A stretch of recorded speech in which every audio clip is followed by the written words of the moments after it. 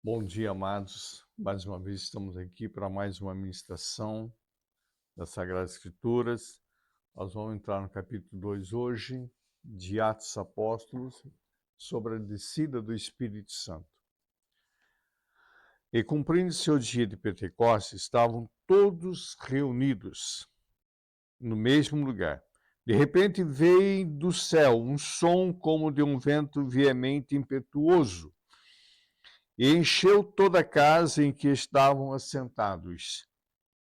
E foram vistas por ele línguas repartidas como que de fogo, os quais pousaram sobre cada um deles.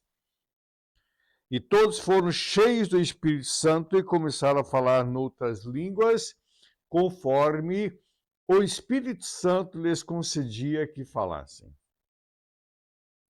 E em Jerusalém estavam habitando os judeus, varões religiosos de todas as nações que estão debaixo do céu. E correndo aquela voz, ajuntou-se uma multidão e estava confusa, porque cada um os ouvia falar em suas próprias línguas. E todos pasmavam e se maravilhavam, dizendo uns aos outros: pois que não são galileus todos esses homens que estão falando? Como, pois, ouvimos cada um na nossa própria língua em que somos nascidos? Partos e Lamitas, e que habitam a Mesopotâmia, a Judéia, Capadócia, ponto da Ásia, Frígia, Ponfilha, Egito e partes da Líbia, junto a Cirene, forasteiros romanos, tanto judeus como presélitos. Cretenses e árabes, todos temos ouvido em nossas próprias línguas falar da grandeza de Deus. E todos se maravilhavam e estavam suspensos, dizendo uns aos outros: que quer dizer isso? E outros zombando diziam: estão cheios de mosto. Queridos, só voltando um pouquinho o capítulo 1, no finalzinho, quando ali sobre a escolha de José e Matias, a igreja, o início da igreja, a igreja primitiva, não escolhia pessoas para estar na liderança aleatoriamente, por troca de cargo ou por favores. Era escolhido através de oração, queridos. Oração. Oração. Hoje a gente vê que se dá cargo praticamente para qualquer um na igreja. Se levanta pastores sem preparo nenhum. Líderes sem nenhum preparo. E acaba fazendo o que estão fazendo aí. Depois aqui, queridos, quando o cumprimento da palavra do Senhor no capítulo 2, sobre o descida do Espírito Santo, lá no livro de Joel, que a promessa de Joel capítulo 2, que o Senhor enviaria seu Espírito, desceria sobre todos, e aqui está acontecendo um outro fator, a igreja, queridos, a igreja. Não tem como ela caminhar se não tiver o Espírito Santo. Nós vemos hoje as alforrias dentro da igreja, os teatros dentro da igreja, os shows dentro da igreja. E o Espírito Santo não passa nem na porta, nem na porta. Pessoas que ministram, falam da palavra, mas não têm a presença do Espírito mais. Citam nomes, não sei o que lá, mas não falam da presença do nome de Jesus, não citam o nome de Jesus, não chamam a presença do Espírito Santo. Algo vazio, querido, vazio. As luzes aqui, luzes de lá, parece que as boates que tinha antigamente, eu não sei hoje como que é, mas antigamente tinha essas boates, aquelas luzes virando, luz. Está na igreja hoje. Como eu sempre disse, a igreja não vai no mundo, mas o mundo está entrando dentro da igreja. Não, pastor, hoje é moderno. Querido, isso não tem nada a ver com modernismo. A igreja é igreja.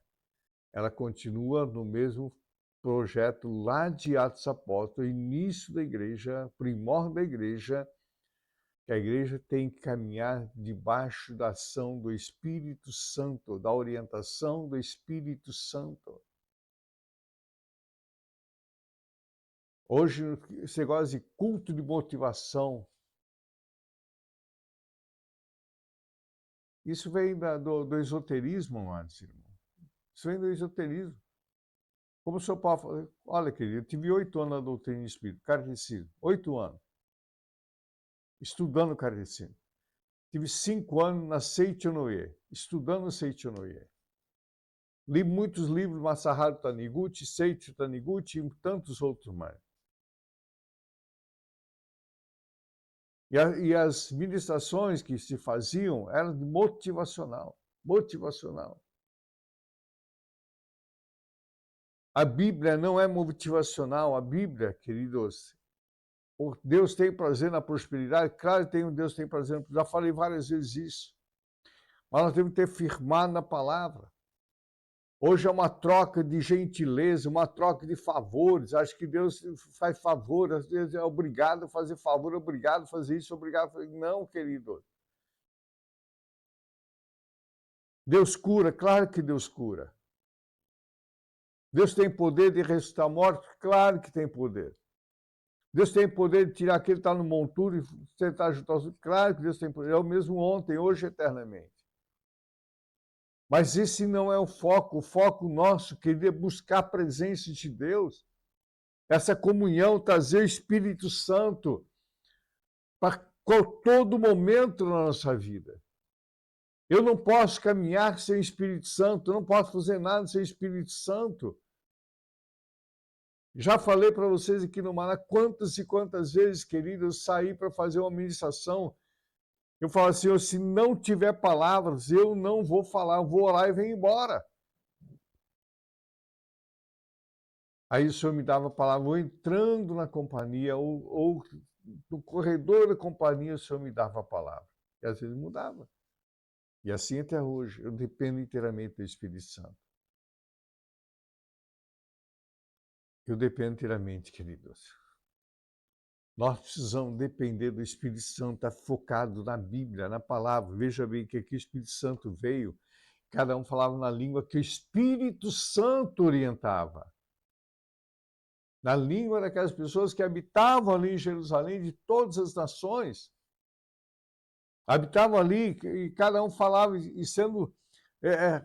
aqui, olha, ele fala assim, mas não são todos eles. Olha aqui a pergunta que ele fala, não são todos eles galileus? Não são todos da Galileia? Pessoas simples, pessoas humildes, como é que pode? Não são letrados, não fizeram estudo disso, tudo aqui. Como é que pode isso? Amados irmãos, a oração em língua, eu não sou contra na igreja.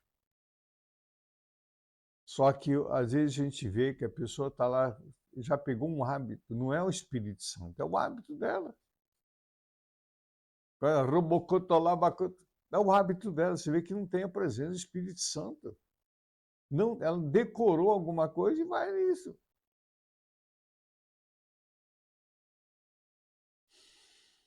Percebe, amados, que nós temos que ter uma comunhão plena com o Espírito Santo. Certa feita, é do nosso ministério, a Fonte da Vida, um pastor. Ele chegava na hora de chegar, na hora de ministrar a palavra, subia no altar, já começava a tocar, e já começava a robocotolabacanta. Falei, isso aí está longe. É teatral. E é teatral, querido. A maior parte das pessoas hoje que se diz falar em línguas na igreja, orar em línguas, é teatral. É teatro. Eu não sou contra, eu sou a favor e oro em línguas, querido. Paulo deixou claro isso. Paulo foi muito claro nesse ponto. Então nós temos que ter muito cuidado, zelo. O zelo pela palavra, o zelo pela igreja, que a igreja não é minha, a igreja não é de ninguém, a igreja é do Senhor Jesus. Foi ele que fundamentou a igreja, foi ele que estabeleceu a igreja é dele, a igreja não é de nenhum Pedro, não é de nenhum Paulo, a igreja não é de nenhum Cicolinha, a igreja é de Jesus Cristo. Então nós temos que ter zelo, zelo pelaquilo que é do Senhor, pela sua obra, pelo preço que foi pago pela igreja. A igreja tem um preço, a igreja custou um preço, e só quem teve o poder de pagar esse preço para ele foi Jesus Cristo, o preço de sangue. E aqui a igreja estava reunida em oração, em comunhão. Veja aí, nós vimos ontem, antes de ontem, aqui no início do livro de Atos Apóstolos, a igreja perseverava em oração, em comunhão, comunhão. Cadê a oração na igreja hoje, queridos? Cadê a comunhão na igreja? É o que está faltando, a comunhão, a oração, uma vida de oração. A gente fica fazendo esses cultos de automotivação, faz um momento de oração, que tiver 10, não importa a quantidade, hoje a igreja estão cheia, estão lotadas de pessoas vazias, sem a presença do Espírito Santo. Amados irmãos, eu não estou questionando, não estou apontando o dedo para ninguém. É o que eu estou dizendo, por que nós estamos vivendo, que nós vivemos apostasia. A apostasia está assolada.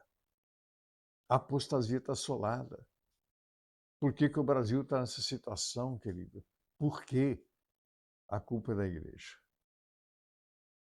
Perdeu a essência, o fundamento, que é a oração e a comunhão. A oração e comunhão.